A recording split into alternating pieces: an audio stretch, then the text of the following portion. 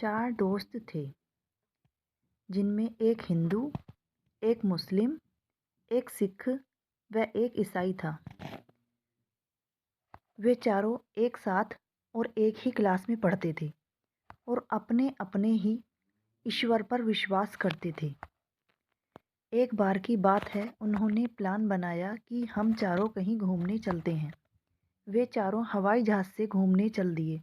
अभी प्लेन उड़े कुछ ही समय हुआ था, प्लेन में अनाउंसमेंट हुआ कि प्लेन में आग लगी है, कृपया यात्रीगण प्लेन से कूद जाएं। तो उन चारों ने भी कूदने की सोची और बारी बारी सारे दोस्त कूद गए। अब हिंदू लड़का स्वर्गलोक पहुंचा तो वह अपने तीनों दोस्तों को ढूंढने लगा। उसने देखा उसका वहाँ एक भी दोस्त नहीं है, जबकि प्लेन में बैठे कुछ लोग वहाँ पर हैं। अब वह यमराज से पूछने लगा कि यमराज जी, प्लेन में तो मेरे 3 दोस्त भी बैठे थे, वे कहाँ हैं? कहीं नज़र नहीं आ रहे। तब यमराज बोले, बेटा वह तो बच गए।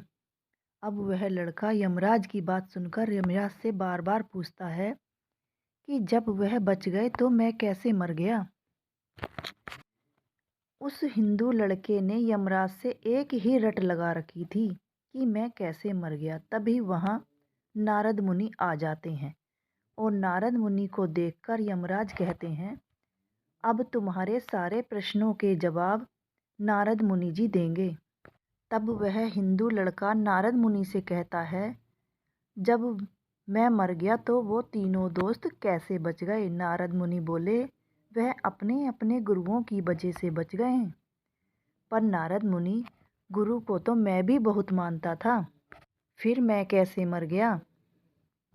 हिंदू लड़के की बात सुनकर नारद मुनि हंसने लगे और बोले, नारायण नारायण। हिंदू बोला, प्रभु कुछ तो बताओ मुनिवर।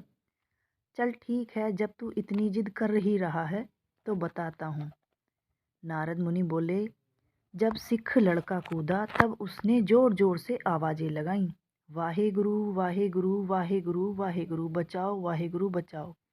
जैसे ही गुरु ने आवाज़ें सुनी वह समय पर पहुंच गई और लड़का बच गया। हिंदू लड़का बोला, और मुस्लिम? नारद मुनि बोले, जब मुस्लिम लड़का कूदा तो उसने भी जोर जोर से आवाज़ें लगाई, या मौला बचाओ या मौला बचाओ या अल्लाह बचाओ। उसके भी मौला समय पर पहुंच गए और वह लड़का भी बच गया। हिंदू लड़का बोला, और मेरा ईसाई दोस्त? तब नारद मुनि बोले, ईसाई लड़का भी कूदा तो उसने भी अपने यीशु को जोर जोर से आवाज़ें लगाईं, या यीशु बचाओ या यीशु बचाओ। उसके भी यीशु समय पर पहुंच गए और वह ईसाई लड़का भी बच गया। तब हिंदू लड़का नारद मुनि से बोला, मैंने भी तो जोर जोर से आवाज़ें लगाई थी, फिर मैं कैसे मर गया? तब नारद मुनि बोले, जब तुम कूदे तो तुमने भी जोर जोर से आवाज़ लगाई, हे भोले बचाओ हे भोले बचाओ हे भोले बचाओ। जैसे ही भोले बनकर तुम्हें बचाने के लिए निकले, फिर तुमने आवाज़ें लगानी शुरू कर दी, हे बजरंगबली बचाओ हे बजरंगबली बचाओ।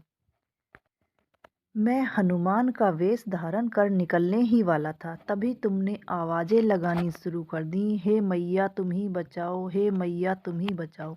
बस फिर क्या था, मैंने हनुमान से माता बनने के लिए साड़ी पहननी शुरू की।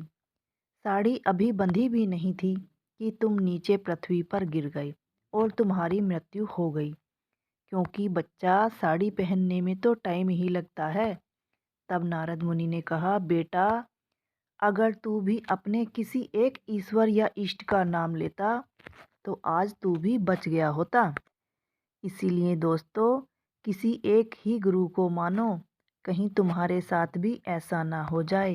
कैसी लगी आज की कहानी कमेंट बॉक्स में ज़रूर बताना, और ऐसी ही मज़ेदार कहानियाँ सुनने के लिए मेरे चैनल को सब्सक्राइब ज़रूर करना।